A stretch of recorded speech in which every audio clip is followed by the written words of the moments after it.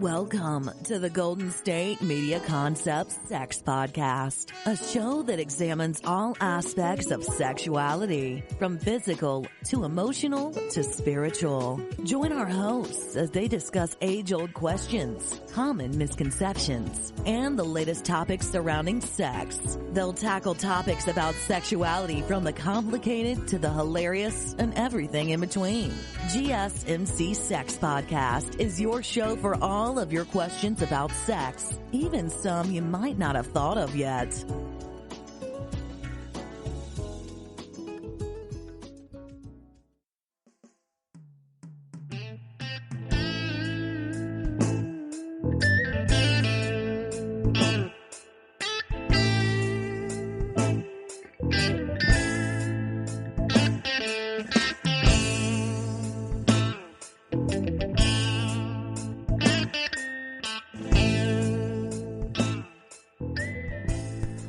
Hello, welcome to Golden State Media Concepts Sex Podcast. I'm your host, John Johnson. I'm going to try to see if I can tackle this topic with a little bit of discovery here. I want to share with you some things that, when we talk about sex, there's so many different directions we can go with this, but I'm going to take on this particular topic of STDs, but not just the plain what we already know kind of thing, rehash it, because I think most of us have some information about that, or if not, we probably know where to get it. But I'm going to talk about an STD called Trichomoniasis. And I'm going to talk about it, that and HPV, human papillomavirus. And the reason these two in particular is because I have done a ton of research. I stumbled across this. And I've done enough research to find out something about these two in particular. One, I'm going to talk about Trichomoniasis. And it's because oftentimes there are no symptoms. You don't even know you have it. You could have it, and it could be in you. It's dormant.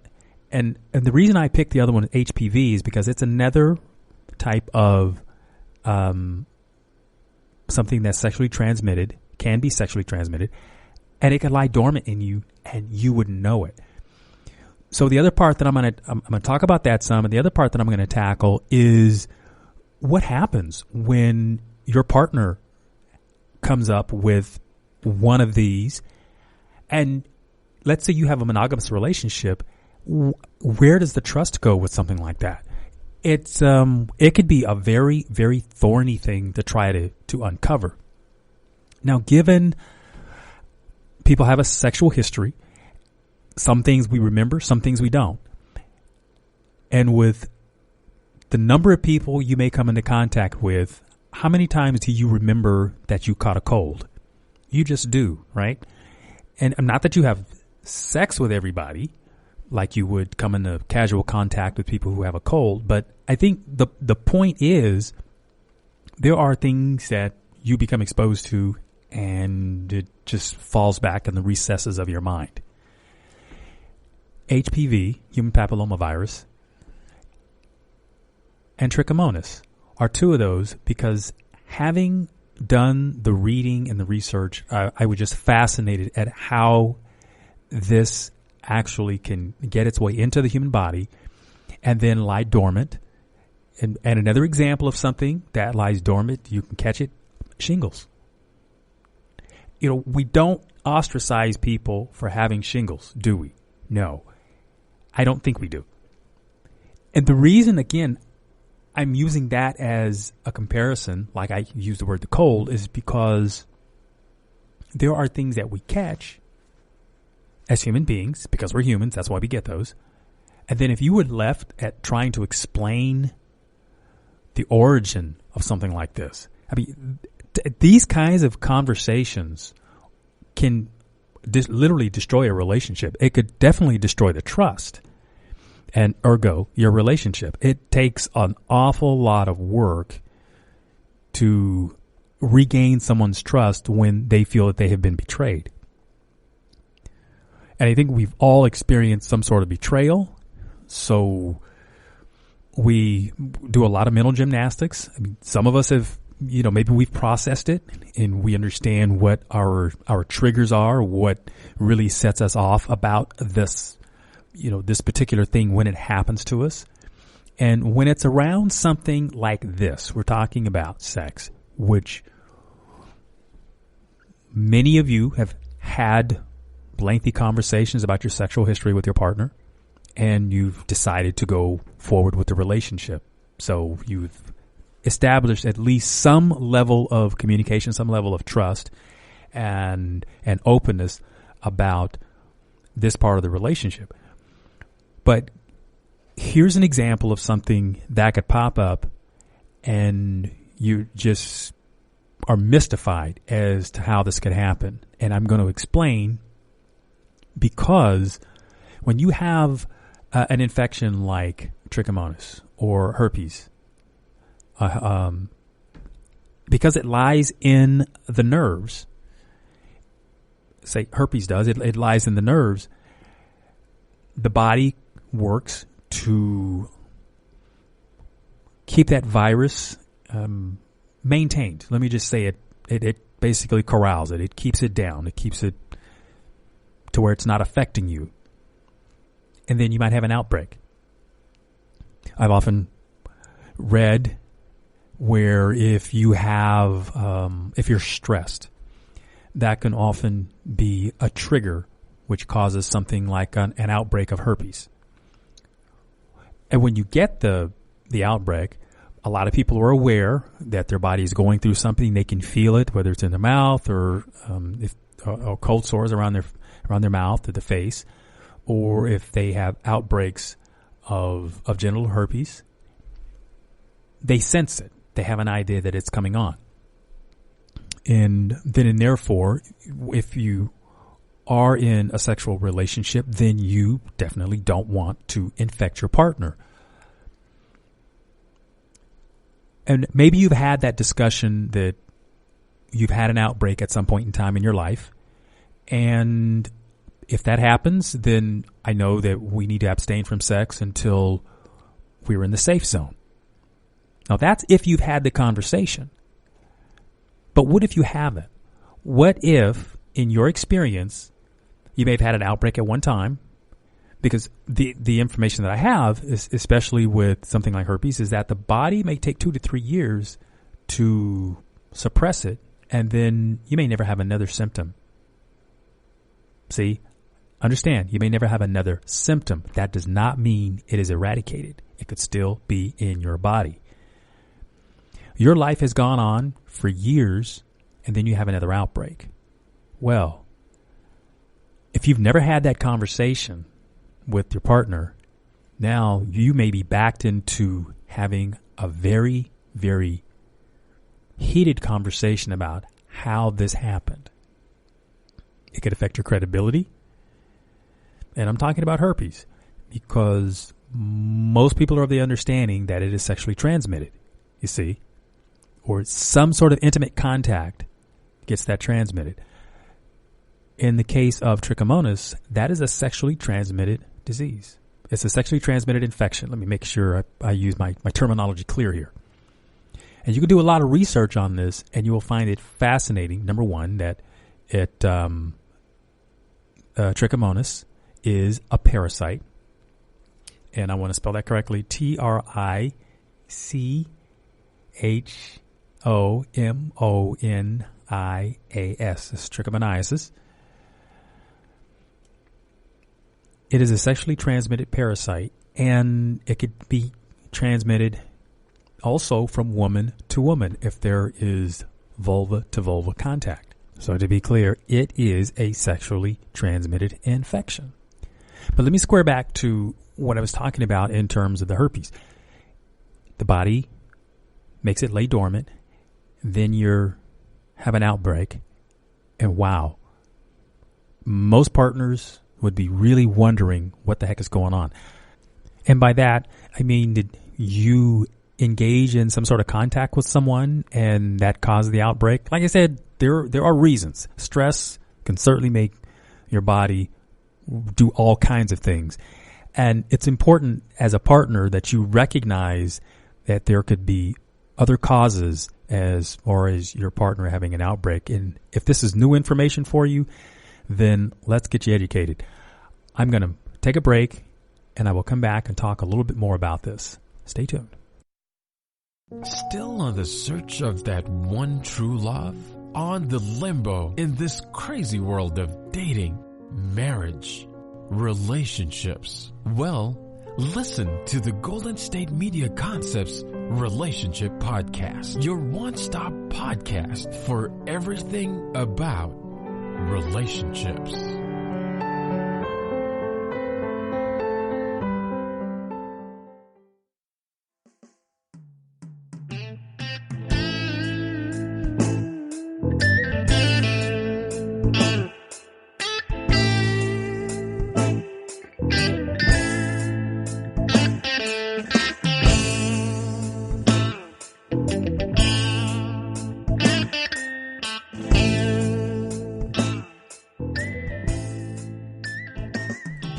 And we're back. This is the Golden State Media Concepts Sex Podcast. I'm your host, John Johnson, talking about what you didn't know. Now, my setup here was to give you an example of something that actually happens in real time.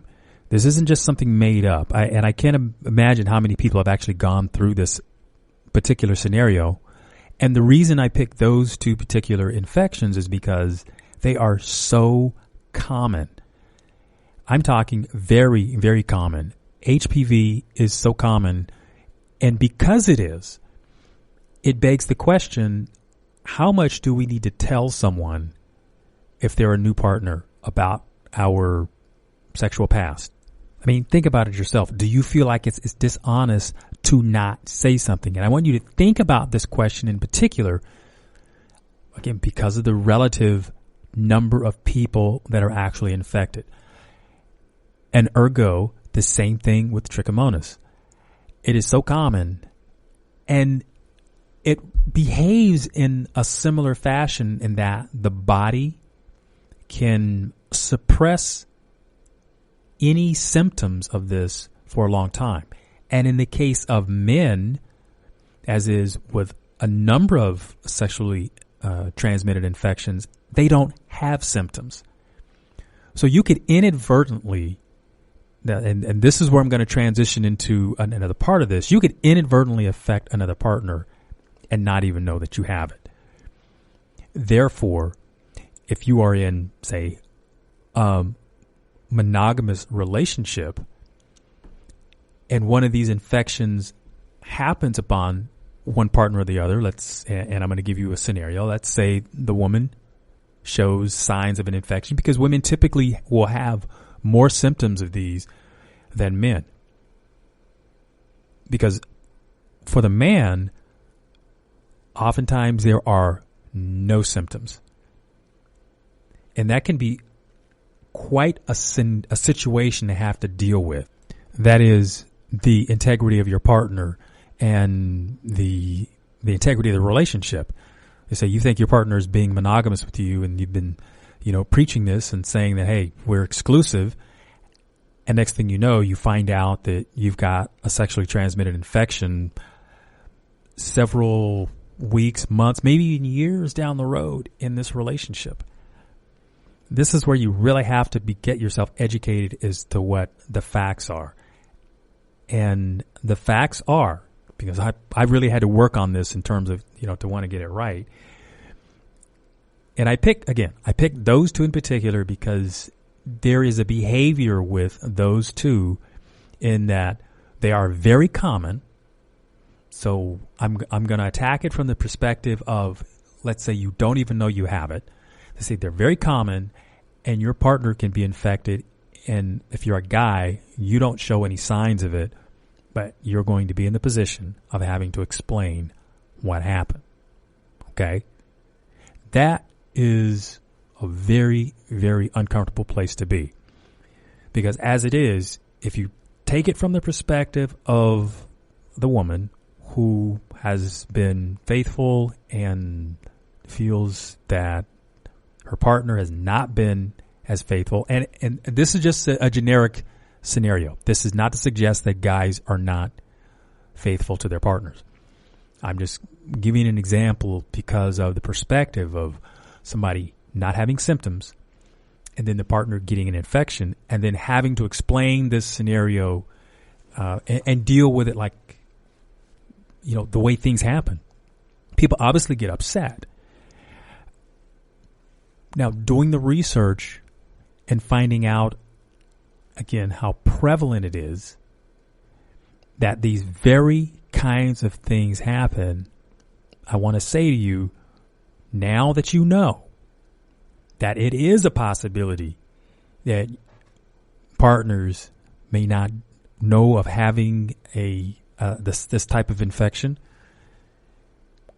do your research before you throw your partner out, before you hurt the relationship or say something that you can't take back, because words can hurt. Before you go there, and I know that'd be a very difficult thing, these things are treatable. And that's the good thing. If you get trichomonas, they can treat it. There's metronidazole and there's tinidazole. Those are a couple of medications that they use to treat this, and they give it in a strong enough dose that it should wipe it out of your body.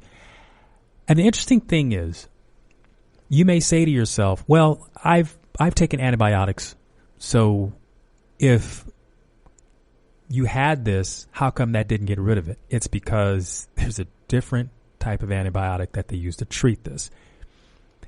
And Trichomonas in particular is actually a parasite. So what it does is once it latches onto the body, unless you take the right kind of medication to eliminate that parasite, and I'm talking about on something you have to look at in a microscope, then it's just going to sit there.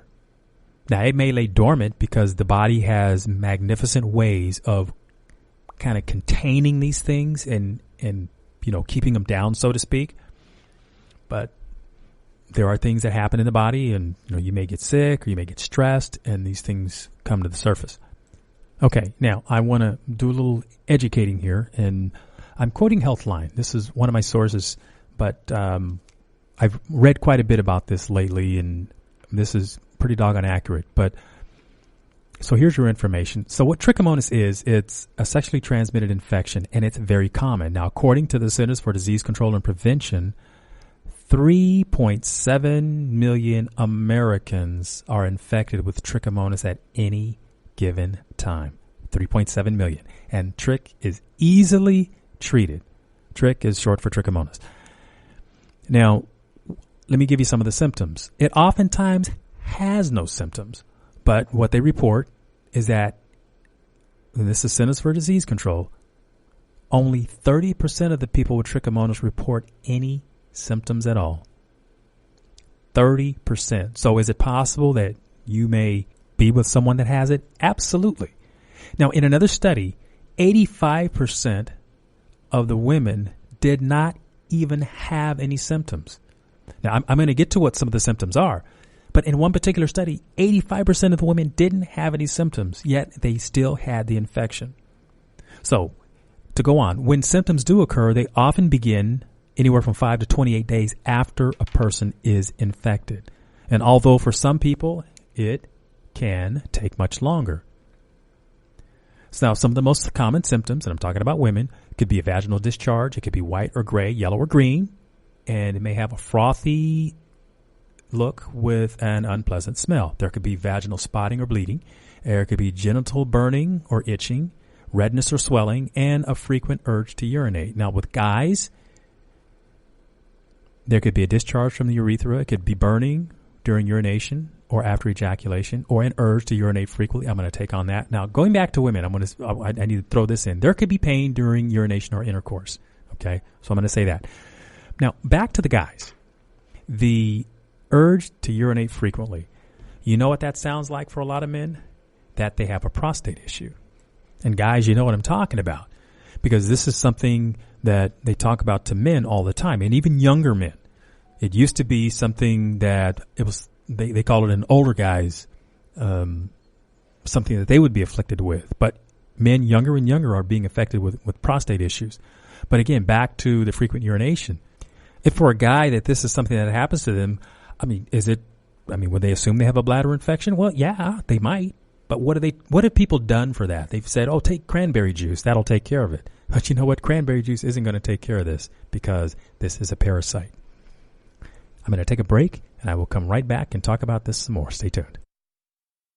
Tired of searching the vast jungle of podcasts? Now listen close and hear this out.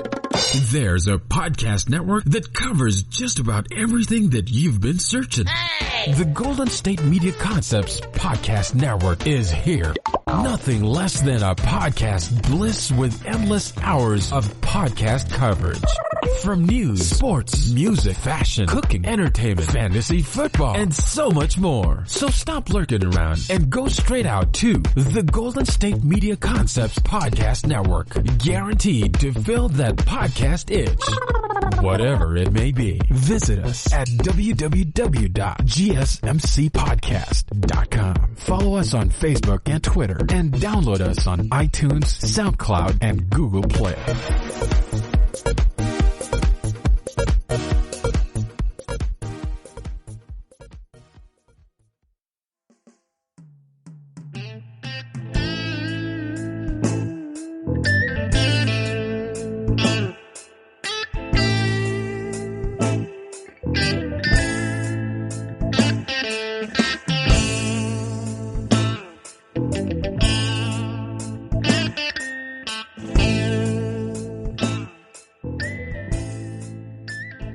Well, welcome back to Golden State Media Concepts Sex Podcast. I'm John Johnson, and I've been talking about a couple of sexually transmitted infections. Number one, I've talked about Trichomoniasis, which is what I'm covering now, and I've talked a bit about HPV, human papillomavirus. But let me finish up on the Trichomoniasis, because we need to understand that there are a lot of things that happen to the body.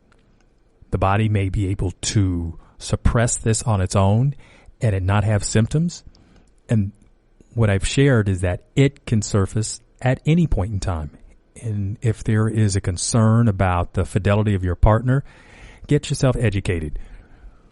Understanding that these things can lie dormant and then surface months, years down the road. And it doesn't mean that you've had any trust issues with your partner, but it can certainly bring about some serious concern. So like I say, get yourself educated. But so let me go back to some of the things that happen with Trichomoniasis. Now, it's an organism that causes an infection in the vagina and the urethra, or both. And we're talking about women here. In men, the infection only happens in the urethra. Now, once the infection begins, it can easily be spread through unprotected genital contact. So, like I said before, it could be woman to woman, and it's not spread through normal contact such as hugging, kissing, or sharing dishes, or sitting on a toilet seat. And it can't be spread through sexual contact that does not involve the genitals. 1 million new cases of Trichomoniasis are estimated each year, according to the American Sexual Health Association and the Center for Disease Control and Prevention. Now, Trichomoniasis is more common in women than men, and it's an infection that occurs between the ages of 14 and 49 generally. Now, it is more common, and I say 14 to 49 because of, 14-year-olds are sexually active, and it's more common among older women than younger women. Now, one study showed that women over 40 are twice as likely to be infected as had previously suggested. So, what might increase your risk? Having multiple sexual partners or a history of other STIs, sexually transmitted infections, a previous Trichomoniasis infection, sex without a condom. So those are the kinds of activities that increase your risk. Now, how's it diagnosed? It's very similar to other sexually transmitted infections, and it can't be diagnosed by symptoms alone. Remember, this is something that can lie dormant. So you got to go to your doctor, get a physical exam, and they can take cell cultures so that they can look for the Trichomoniasis DNA, and they can examine, vaginal fluid or a urethral discharge for men. and they'll look at this under a microscope and see if they see anything. And the way it's treated, like I say, there's antibiotics, and there's a particular type that they use. So just regular old antibiotics is not going to knock this down. So that's why you have to go to a doctor, because they have to write the prescription for you. Now, without treatment, the infection can be ongoing. With treatment, it's usually cured within a week. Now, you can contract it again if your partner is not treated. So it's one of those things that you can be passing back and forth, just like you can a cold, right? But a cold, you can catch it through the air. There has to be genital contact in order for you to get it. So as you can see, there's tons of information out there, and avail yourself of that knowledge so that you know about it. And begin to think about the question that I posed before. Says, what if you've had something like this, and because it is so common, do you feel that this is something that you would disclose to a new partner? Now, herpes has a different impact on people because there is a visual to herpes, especially if you have herpes 1, which is the cold sores on the face. Herpes 2 would be the genital herpes. And much like the trichomonas, the herpes virus is something that the body can mobilize itself to suppress. And you may have had it at one time in your life. Your body works to suppress it, and you may not have an outbreak for years, even to the point where you may forget that you have it. But all of a sudden, boom, it pops up. You've got a new partner. They have an outbreak. They know that they've been faithful, and now they're questioning you and your integrity. This could be a disaster for you. So you have to wonder what to do in a situation like this. Well, again, education. You learn this stuff, you get to see what the possibilities are, and you can at least have a conversation based on, by the education of this. Get yourself tested, get yourself treated, and you can deal with. There are antiretroviral drugs like a cyclovir that can handle the herpes outbreak. It could make the duration of these outbreaks a lot less, which then increases the quality of your life. And one of the things to know, it should go without saying, but I'm going to say it anyway, is that when you're having an outbreak of something like this, abstain from sex. Now, in the case of herpes, one of the reasons you want to abstain from sex is because you can have outbreaks all over the body. And so you can infect your partner. And it becomes one of these things of you can be infecting and reinfecting each other.